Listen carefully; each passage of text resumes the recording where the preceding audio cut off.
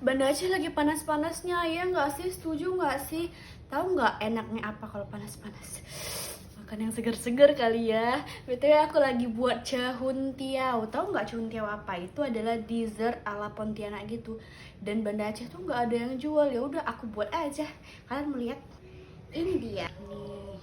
Nih.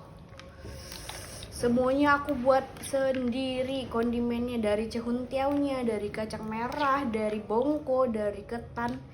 Ini sebenarnya harus tambah cincau lagi sih, cuman aku udah nggak sabar, aku udah lapar, aku mau cobain karena panas banget. Enaknya makan yang segar-segar. Bismillahirrahmanirrahim.